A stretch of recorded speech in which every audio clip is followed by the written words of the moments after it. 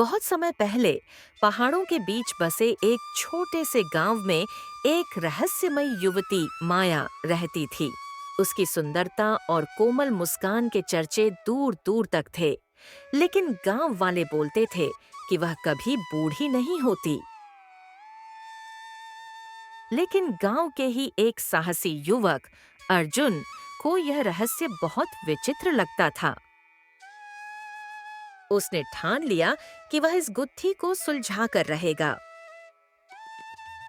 और फिर एक दिन उसने देखा कि माया चुपचाप नदी किनारे जंगल की ओर जा रही थी और अर्जुन दबे पांव उसका पीछा करने लगा। जंगल में घने पेड़ों के बीच एक पुरानी गुफा थी, जहां माया अंदर चली गई। अर्जुन ने सावधानी से झांक कर देखा। गुफा के अंदर एक विशाल दर्पण रखा था। माया जैसे ही उसके सामने खड़ी हुई, कुछ ही क्षणों में वह एक युवा लड़की से बूढ़ी स्त्री में बदल गई। लेकिन फिर जब उसने दर्पण को छुआ, तो वह फिर से पहले जैसी हो गई। अर्जुन यह देखकर स्तब्ध रह गया।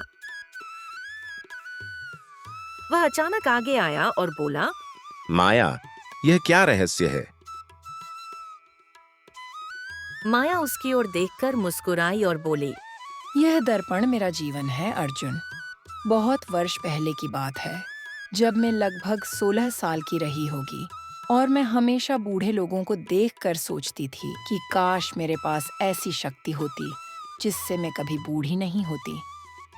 फिर एक दिन जंगल में जब मैं लकड़ियां उठाने गई थी, वहां मुझे एक ऋषि ने मुझसे खुश होकर यह दर्पण दिया था। इस दर्पण की शक्ति से मेरी उम्र रुक गई, लेकिन इसकी एक शर्त थी। अगर मैंने गांव छोड़ा तो मैं अपनी असली उम्र में पहुंचकर समाप्त हो जाऊंगी। अर्जुन ने गहरी सांस लेते हुए कहा, लेकिन यह तो एक तरह का छलावा है माया। तुमने कभी सोचा है कि क्या यह सच में जीवन है? तुमने इस गांव के बाहर की दुनिया नहीं देखी, कोई नई जगह नहीं देखी, न कोई नया अनुभव लिया। क्या यह अमरता कोई वरदान है या एक अभिशाप? माया कुछ देर चुप रही। पहली बार उसने इस बारे में गंभीरता से सोचा। क्या अमरता के बदले उसने अपनी आजादी खो दी थी? अर्जुन की बातों ने उसके मन में हलचल मचा दी। अर्जुन की बातों से माया का मन विचलित होने लगा। उसने ठान लिया कि वह इस दर्पण के प्रभाव से मुक्त होगी।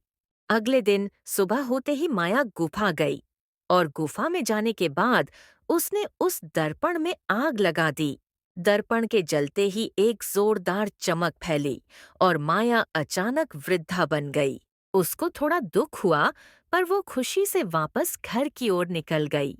गांव वाले पहले तो घबरा गए, लेकिन अर्जुन ने सबको समझाया कि माया अब सच में मुक्त हो गई थी। उसने अपने जीवन के शेष दिन हंसी खुशी बिताए, हर वह चीज की जो उसने पहले कभी नहीं की थी।